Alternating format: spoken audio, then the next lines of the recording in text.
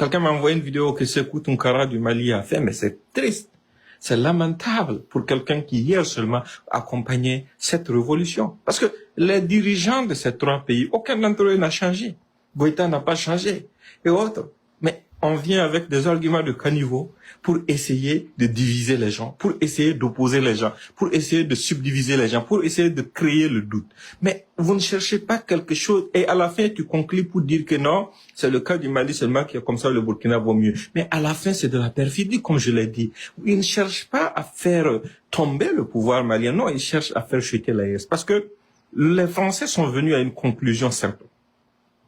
Ils ont conclu que pour faire tomber l'AES, il faut faire tomber l'un des dirigeants avant qu'on atteigne la prochaine étape. Moi, je ne vais pas parler de la prochaine étape, parce que ce n'est pas mon rôle, ça ne doit pas sortir de ma bouche, parce que ce que je dis n'engage aucun gouvernement, ça n'engage que ma personne, en tant que citoyen, en tant que soutien de cette transition. Quand les gouvernements veulent vous parler, ils vous parleront à travers leur porte-parole. Voilà, quand l'AES veut vous parler, l'AES a une structure en place. Voilà, moi, ce que je dis, ils peuvent l'interpréter à leur façon, mais c'est mon opinion de citoyen. Et il n'y a pas cette perfidie qu'ils utiliseront pour pouvoir faire taire cette opinion-là.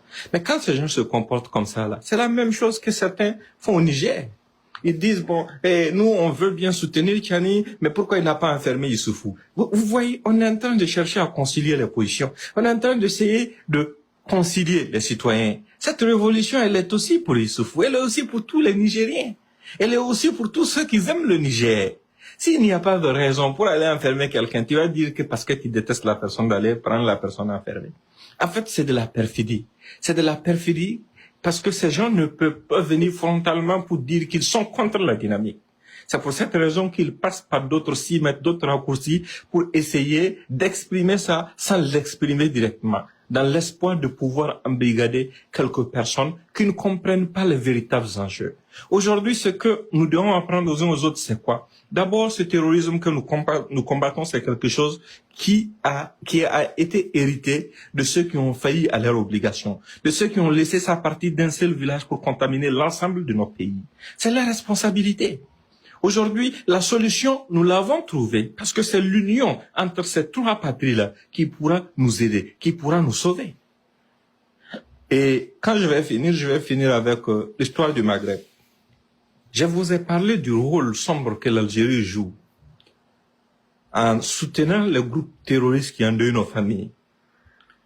Mais le Maroc, entre-temps, avait proposé de créer une initiative pour que nous ayons accès à la Méditerranée.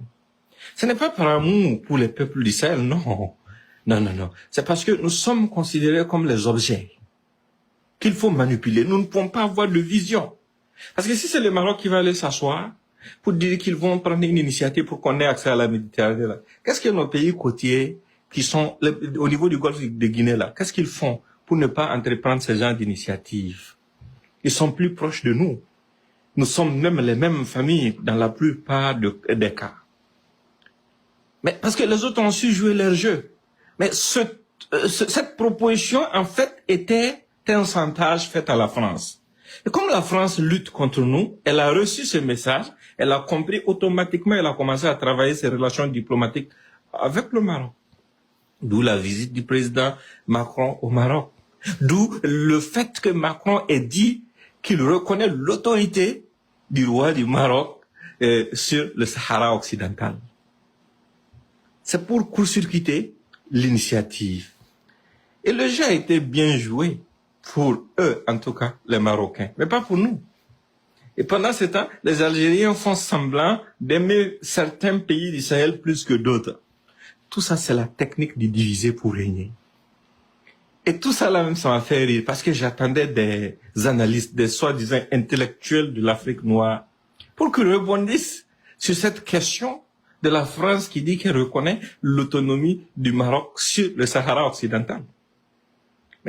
Alors que l'Union africaine, qui est l'instance africaine, reconnaît le Sahara occidental comme membre. L'ONU, dont la France est membre, avec un droit de veto, membre permanent du Conseil de sécurité des Nations Unies.